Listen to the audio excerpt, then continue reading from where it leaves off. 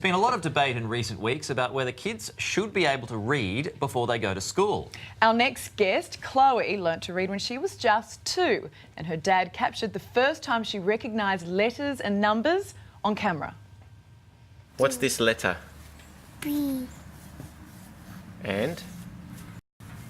Q. And? 1. And? 1. 2. See you. Good girl, well done. Very clever. Fast forward 2 years and now 4-year-old Chloe can read fluently. Ross made bush magic. She made one that's blue and Kookaburra's pink. She made Dingo smile and Emu shrink. But the best magic of all was the magic that made us invisible. Well, Chloe Ardeljan joins us live with her dad, John. Hello, guys. How are you Hi, both? good morning. How you going? You're a super clever girl, aren't you, Chloe? Yeah. Yeah! Now, did you start school last week? Yeah. How's school? Good. What do you like about it so far? We go to art. That's the things I like the most. Arts. Oh, Garth, do you like reading? Yeah. What do you like reading? What about reading do you like? Oh, there's a lot of pressure, the isn't there? stories, yeah, Yeah, too many yes. questions. Hey, Too many I've just questions this noticed morning. you've got one of my all-time favourite books in front of you. What's it called?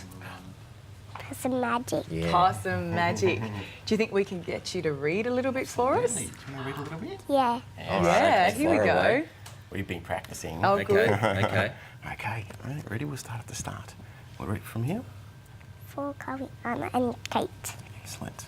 Once upon a time, but not very long ago, deep in the Australian Bit louder. bush, the Australian bush lived 2 possums. Their names were Hush and Grandma Poss. Yes! Chloe, that's beautiful. Now, give us an idea of how this all started and why it's important, really, to get Yeah. going early. Absolutely, absolutely. So it's all about Chloe. Yeah. And it was just about recognising or seeing sort of signs of what she was interested in. So I was interested in patterns and all sorts of different things. And probably we were more intrigued about how we could keep her focused and motivated in learning. And doing a bunch of research around what was available. And surprisingly, 3 years ago, we watched a similar show about Shichida and decided to look into it. And that's where it all really turned around. Oh, that's all good. I mean, look, I imagine that when you discover a special talent that your kid has, which obviously Chloe does, I mean, how do you nurture it without pushing it too far? Absolutely. So again, it's all about her. It's about making sure that it's an enjoyable experience and just working with what she has available to her. So we've tried a number of different things. We read to her all the time as well, which she actually really enjoys. and getting her involved in all the day-to-day activities as well. So going through shopping, reading numbers and barcodes and things like that. So she really enjoys that. All right, we'll now bring in Hanako Ward. She's a teacher at Shichida, Australia, where Chloe has gone since she was almost 2. Now, they educate students from the age of 6 months old until 9 years old. So, I mean, is there a special gift that a student has, or can that be taught? Oh, look, I think all kids are gifted. It's about harnessing their gifts and bringing the best out of them when they're young. So how do you do that? How do you do it? Just keep stimulating them, make sure learning's fun. Yeah. But I mean, you talk about being able to teach kids from the age of 6 months. Yes. I have a 13-month-old son whose idea of reading a book is to rip out the pages. Yeah. So, I know, He's working on fine motor skills there. Is he working on something? We weren't sure. I mean, but how do you teach children that young? Well, it's more about, there's lots of songs, it's all age appropriate. You're working on fine motor skills, dropping things, percussion, music, sensory things.